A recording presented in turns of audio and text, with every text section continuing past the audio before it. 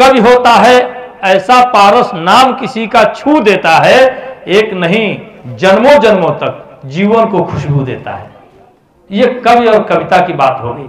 और थोड़ा आप लोगों की खामोशी में तोड़ने के लिए, क्योंकि मैं हास्य व्यंग का कवि हूं, जो हमको सुनते होंगे जानते होंगे यूट्यूब के माध्यम से, अक्सर एक मुक्तक में कहा करता हो, हीरा मोती महल अटारी, हीरा मोती महल अटारी, रुपया लाखों लगे हुई, अजय कहू हंसते न होखे वो महा अभागे हुई। बस एकदम समझी कविता मेरी झंडू बाम, तुरंत लगाओ तुरंत आराम। यह तरह का हमारी कविता बोले। मैं कहता हूं कि बाग वह बेकार है जिसमें नहीं माली मिले, शहर वह बेकार है जिसमें नहीं नाली मिले, ससुराल वह बेकार है जिसमें नहीं साली मिले, और महफिल वह बेकार है जिसमें नहीं ताली मिले।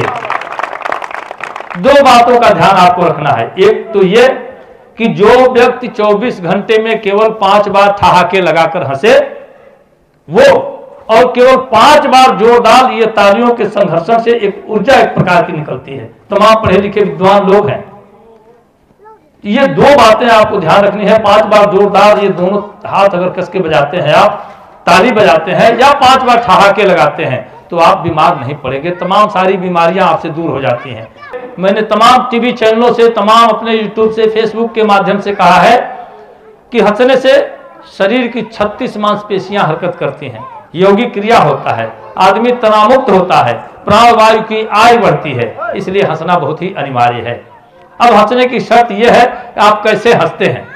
कुछ लोग को हंसी आती है तो भाई कहीं बड़े पद पर हैं, कहीं मुखिया हैं, प्रधान हैं, या इत्यादि इत्यादि किसी भी बड़े पद पर अगर हैं तो वो मुंह बा के नहीं हंसेंगे। हंसी आ रही है, मन हो रहा है कि ठहाके लगा कर ऐसे कहें किसे भाई बड़े आदमी है ना, तो कहें मजा आ रहा है, मन हो रहा है कि मुंह खोल दें, लेकिन अंदर अंदर उसको पी जाएंगे हंसी को। इसको हम लोग मोगनवा हंसी कहते हैं, नहीं कहते हैं कि मोगनवा उसकी मारते हैं, ये मोगनवा हंसी। हंसने का मतलब ठहाके लगाइए, 5 बार ठहाके लगाइए, आप स्वस्थ रहेंगे। मैं अक्सर कहता हूं कि हंसना ही जीवन का सुख है, वर्तमान में प्राण हंसी है, दुश्मन नहीं दुश्मनी मारे, ऐसी अनुसंधान हंसी है, मन दिमाग में ऊर्जा भर दे, जड़ चेतन की जान हंसी है, लोभी कपटी धूर्त मूर्ख की करवाती पहचान हंसी है, समरसता का बीज मंत्र यह सहज सरल आसान हंसी है, और प्राणवायु की आय बढ़ा दे, 100 में सत्य विज्ञान हंसी है। हंसने से प्राणवायु की आय बढ़ जाती है, इसलिए हंसना बहुत ही जरूरी है। एक वंदना अक्सर मैं काव्य मंचों से किया करता हूं। कविता के लिए कहा गया है कि कश्ती का निगहबान फकत नाखुदा नहीं, कश्ती में बैठने का सलीका भी चाहिए।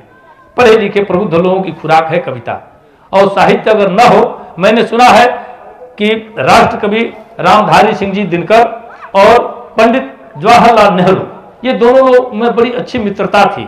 दोनों लोग एक साथ संसद की सीढ़ियां चढ़ रहे थे, अचानक पंडित जवाहरलाल नेहरू का पैर लड़खड़ाया और गिर गए होते, तब तक दिनकर जी ने उन्हें संभाल लिया। बरजस्ता उनके मुख से निकला, दिनकर जी आप नहीं होते तो मैं गिर गया होता। देखिए कितना प्यारा सा जवाब दिनकर जी का था, दिनकर जी आप नहीं होते तो मैं गिर गया होता, जवाहरलाल नेहरू ने कहा। तो दिनकर जी ने कहा नहीं नहीं ऐसा कुछ भी नहीं है, ऐसा बिल्कुल नहीं है पंडित जी। जब जब राजनीति लड़खड़ाती है तो साहित्य उसे सहारा देता है।